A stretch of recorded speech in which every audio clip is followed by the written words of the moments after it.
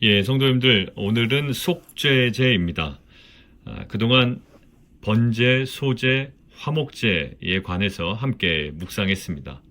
어느 정도 여러분들에게 이제 숙지가 되었었다면, 오늘 속죄제에 관한 본문을 읽어내려 가시면 아마 두 개의 지점에서 좀 번제와 화목제와는 다른 부분을 발견하실 수 있을 겁니다. 첫 번째가 어딜까요? 첫 번째가 피를 뿌리는 부분입니다. 번제와 화목제는 피를 어떻게 제사장이 뿌리나요? 예, 제단 사방에 피를 뿌리는 것, 그것으로 표현되어 있습니다. 그런데 오늘 이 속죄제에 관해서는 약간 달라요. 피를 찍어서 성소의 휘장 앞에, 성소 안으로 들어갑니다. 그리고 휘장 앞에 7번 뿌립니다. 그리고 회막안, 향단 뿔들에 바릅니다. 그리고 나머지는 번제단 밑에 쏟아버립니다. 예. 그리고 회중이 여호와의 계명을 어겼을 경우에 피를 찍어 여호와의 앞, 휘장 앞 7번 뿌리고요. 회막안 여호와의 앞에 있는 제단 뿔들에 바르고 피 전부는 회막문 앞 번제단에 쏟습니다. 자, 질문이에요. 죄는 인간이 지었는데 지금 피는 어느 곳에 뿌려집니까? 어떠한 장소에 뿌려지더란 말이죠. 결국 인간의 죄는 어떠한 장소, 그 성소를 오염시킨다는 거예요. 그리고 오염된 그 장소에는 거룩하신 하나님이 임재하실 수 없습니다. 그렇기 때문에 이 속죄제의 메커니즘은 오염된 그 장소를 정결하게 해서 하나님께서 다시 임재하실 수 있도록 하는 것. 이것이 핵심적인 포인트거든요. 자, 그런데 지금 장소에 피를 뿌리는데요. 장소가 조금씩 달라요.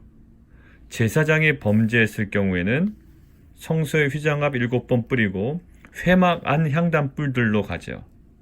근데 회중이 여호와의 계명 중에 범죄했을 경우에는 휘장 앞 7번 뿌리는 것 동일한데요.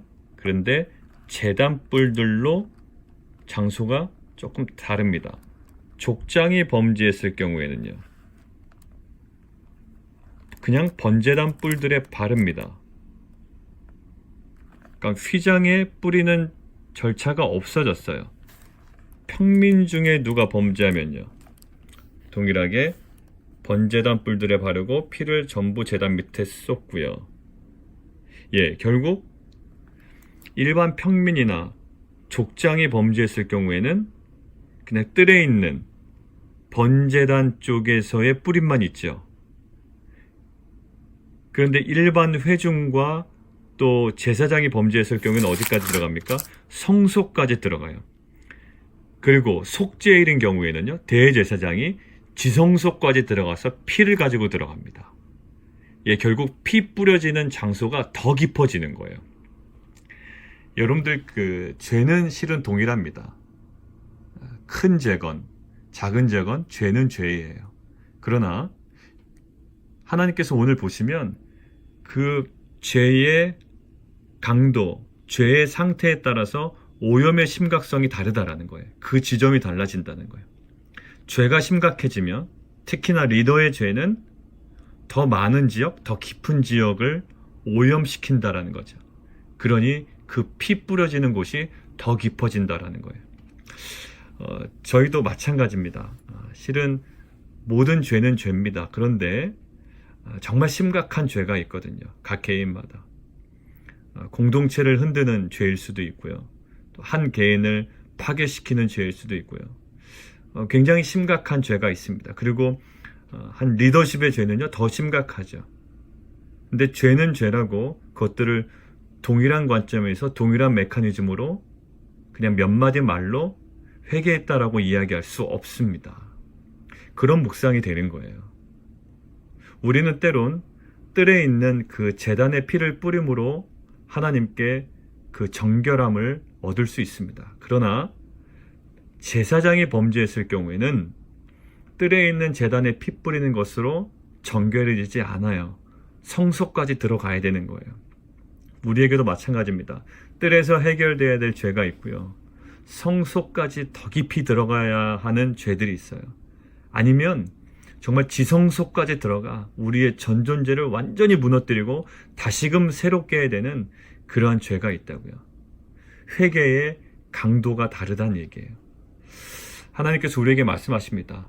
그 회개에 대한 철저한 회개가 이루어지지 않을 경우에 오히려 지성소까지 들어가서 하나님 앞에 온전히 다 드러내놓고 회개해야 되는 경우에 그냥 뜰 안에만 머물 경우 아직 오염된 지역이 있다는 거예요.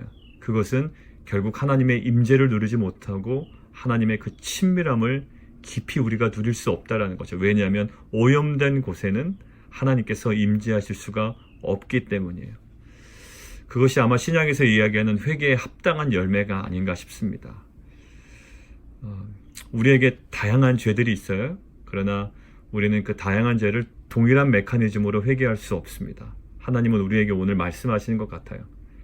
그의 강도에 맞게, 죄의 심각성에 맞게 때로는 뜰에서, 때로는 성소에서, 때로는 지성소에 들어가 하나님 앞에 다 드러내놓고 정결해지기를 원하시는 하나님의 마음이 있는 것 같습니다. 그게 이제 첫 번째 포인트였고요. 두 번째 포인트는 이겁니다. 보통 번제단에다가 아까 제단에 그러니까 번제인 경우에는 제단에서 모든 것들을 다 태우거든요. 그리고 화목제는요, 제단에서 기름만 태웁니다. 근데 오늘 속죄제는요, 기름을 제단에 태우는 것까지는 동일해요. 그런데 나머지 것들은 진영 바깥에 가져다가 진영 외부에서 태웁니다.